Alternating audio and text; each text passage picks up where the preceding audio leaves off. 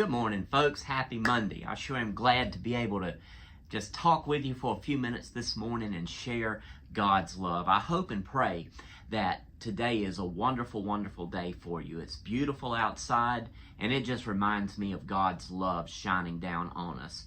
I want to remind you to continue to keep those folks in prayer that just need that special touch from God. Many people are dealing with illness. Many people are dealing with grief. Many people are dealing with recovering from surgeries or getting ready for surgeries or recovering from procedures or whatever the case may be. But be sure to keep all those folks in your prayers.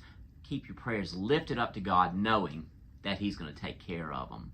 The prophet Isaiah tells us in Isaiah chapter 43, verses 18 and 19, "Remember ye not the former things, neither consider the things of old. Behold, I will do a new thing. Now it shall spring forth. Shall ye not know it? I will even make a way in the wilderness and rivers in the desert." Now, that prophecy right there, Isaiah speaking the words of God. Isn't it a wonderful thing to know that when you know the Lord, you know Jesus Christ as your Savior, that God has made all things new? As a matter of fact, Paul tells us that in the book of 1 Corinthians. He says, "Behold, I make all things new." And isn't it a wonderful thing for us to know, Christian, that we serve a God that, as Isaiah writes here, makes a way in the wilderness and rivers in the desert. A minute ago I was talking about just lifting up all those things in prayer, those folks that need that special touch from God, each other, our country, our church, all of those things.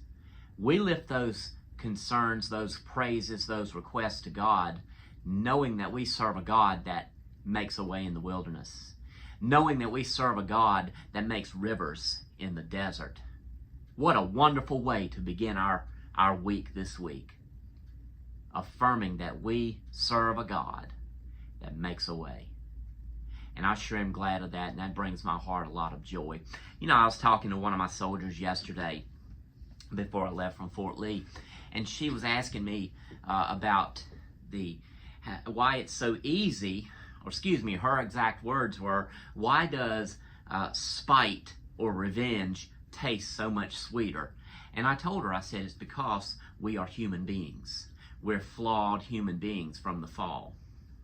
I said, but by the grace of God, we don't have to worry about all that kind of stuff, and we can let God handle it, and we can do our best to project God's love versus what we might feel or think in our heart or in our mind.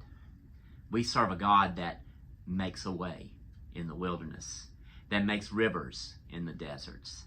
What a wonderful thought. And I hope and pray that you have a wonderful day today. And I hope and pray this gives you some encouragement and some challenge. Love you, folks, and I'll talk to you a little bit later. God bless you.